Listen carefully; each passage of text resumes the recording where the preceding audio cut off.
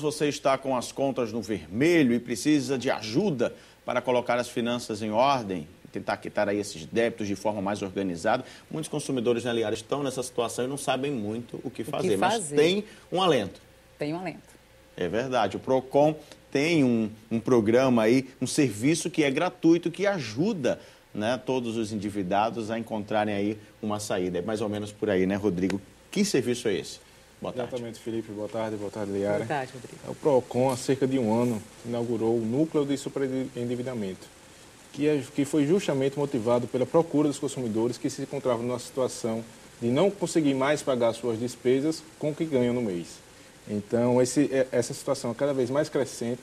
A gente, do início, tentou diagnosticar o perfil desse consumidor e até hoje não conseguimos, porque tem consumidor com 17 anos, 18 anos, tem consumidor com 70 anos aposentado, tem consumidor que ganha um salário mínimo, tem consumidor que ganha R$8.000 por mês, mas que não conseguem ter um planejamento e se ter um controle do seu orçamento doméstico, financeiro. Então, por conta dessa situação, o Procon, preocupado com esse caso, que não é apenas em Alagoas, é um caso não apenas nacional, mas mundial, com uma preocupação, convidamos todos os representantes de bancos e instituições financeiras aqui do Estado, que atuam no Estado, para fazer um trabalho de sensibilização e trazer de volta esse consumidor que, na maioria das vezes, já está com o nome sujo, e esse é o maior patrimônio que a pessoa tem, é o nome, e, consequentemente, encontra dificuldades em conseguir empregos e acabam se sujeitando à busca de fuga de realidade, como é o caso do alcoolismo, da depressão.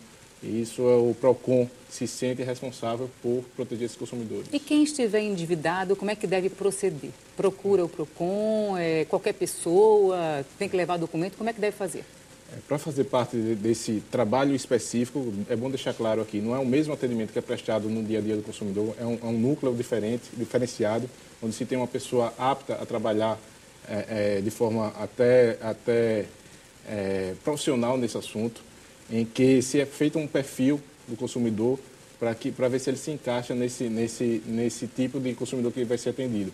Como, por exemplo, para fazer parte desse núcleo tem que ter passado por alguns acidentes da vida que causaram essa dívida. Os imprevistos, né? Os imprevistos, que é o desemprego, o mais comum que é a separação do casal, e com isso cai a sua renda, questão de doença, de morte da família.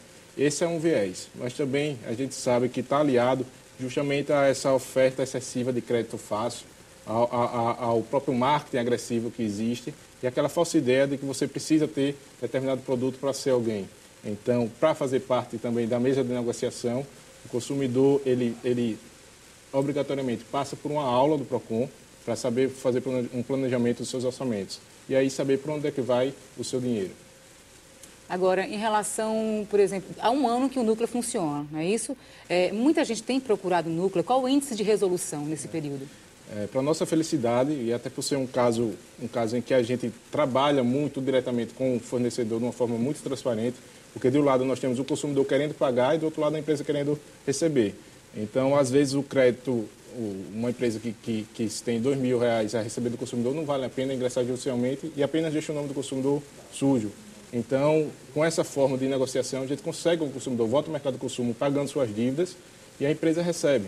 Então, nós podemos sim comemorar, são cerca de 85% dos casos resolvidos e que a gente espera que cada vez mais se consiga um trabalho sério e o consumidor tenha de volta a sua autoestima. Eu vou falar aqui um caso concreto que ilustra bem a situação. Tem um servidor público, foi um dos primeiros casos, ganhando R$1.500, devia R$22.000 a 11 credores diferentes.